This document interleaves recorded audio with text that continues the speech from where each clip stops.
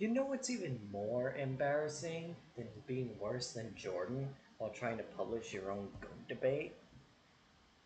Being worse than Kobe while trying to publish your own GOAT debate. If you're not better than second best, then how are you best is the question. So, let's take a look at this, shall we?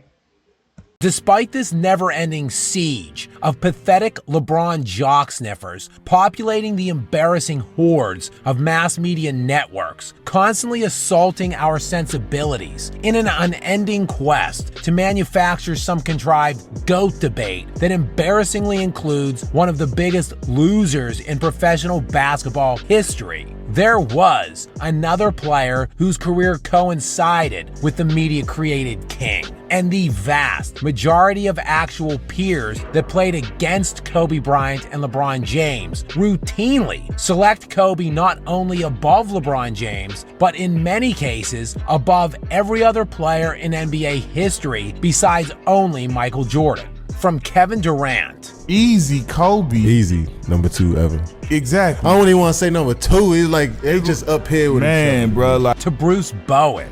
But I just have Kobe above LeBron in that aspect of things. He should be number 2. And Bill Russell, we know. Magic, we know. And then that Tim Duncan.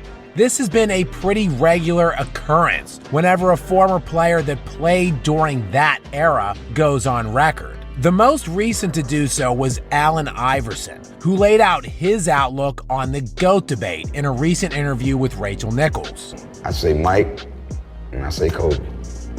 You know what I mean? And then everybody else.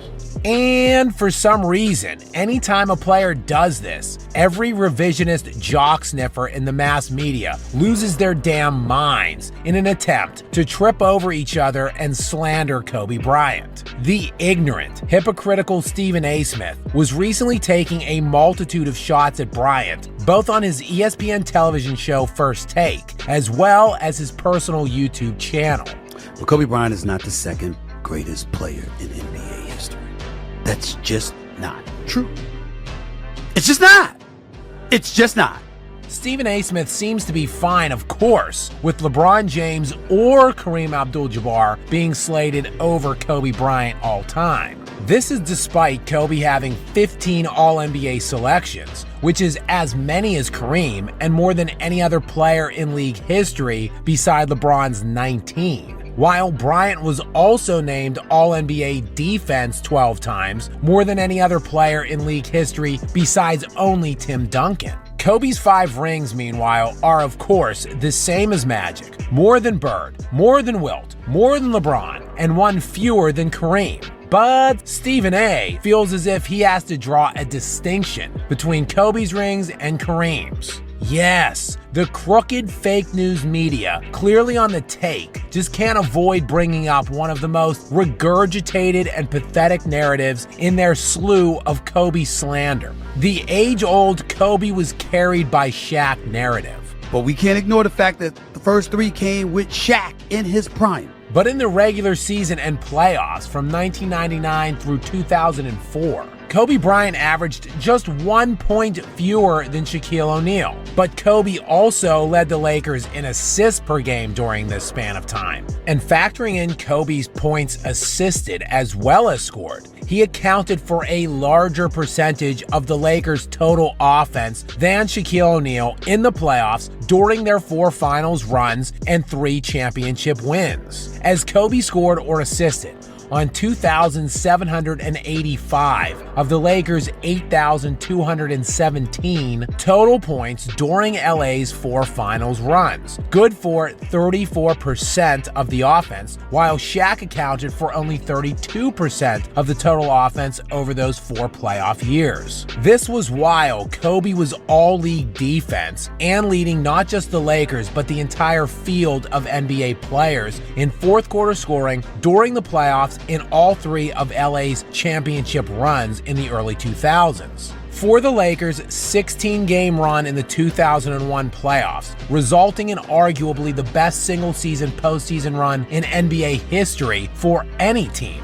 Kobe Bryant averaged 29.5 points per game, 7 rebounds, 6 assists, and 1.5 steals. The 29.4 points per game is more than any of Steph Curry's 4 championship runs, and more than all but one of LeBron's championship seasons. Kobe, by the way, was just 21 years old in this season while being carried by Shaq. But since all the great NBA players that have won a multitude of championships are typically surrounded by other all-time greats, it's fundamentally difficult to gauge an individual player's true value without their elite supporting casts. I mean, Kareem won 5 of his 6 NBA championships with Magic Johnson, a universally accepted top 5 all-time player. And Kareem's one and only other title came alongside Oscar Robertson, another fringe top 10 all-time player who is generally regarded top 13 at worst, while Magic, of course, won all 5 of his alongside Kareem. LeBron, meanwhile, won 2 of his 4 titles with perennial All-Stars and Hall of Famers in Dwayne Wade and Chris Bosh. He then traded them in for 2 more perennial All-Stars and likely Hall of Famers in Kyrie Irving and Kevin Love, before trading them in for Anthony Davis, a top 75 all-time player.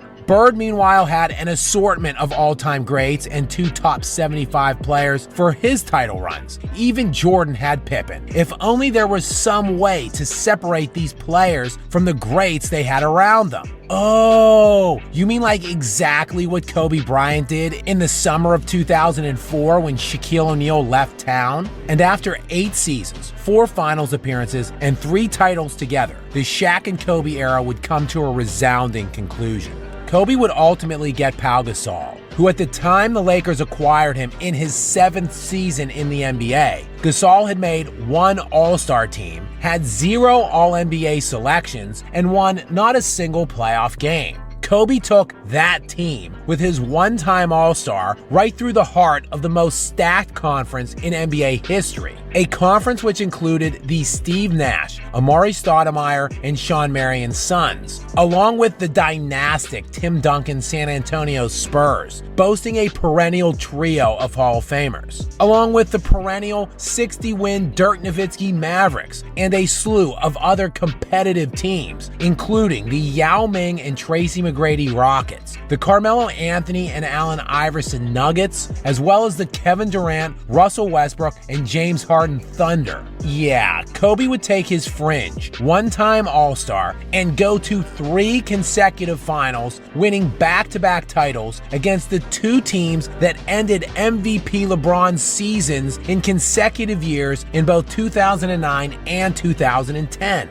Kobe led the playoffs in scoring those 3 consecutive seasons, a feat duplicated by only one player in NBA history, which was predictably Michael Jordan. And Bryant would win back-to-back titles without a single other player on the top 75 list, something that no player has ever matched. Not only are Kobe's 3 title runs with Shaq severely underrated, but he, unlike all of the other all-time greats, proved he could do it without other all-time greats surrounding him. Perhaps it is time to end the slander and admit what all of these other players have been seeing and saying for years. Kobe is above LeBron. And if you were really watching and paying attention during the peak of his prime, it really isn't that hot of a take at all.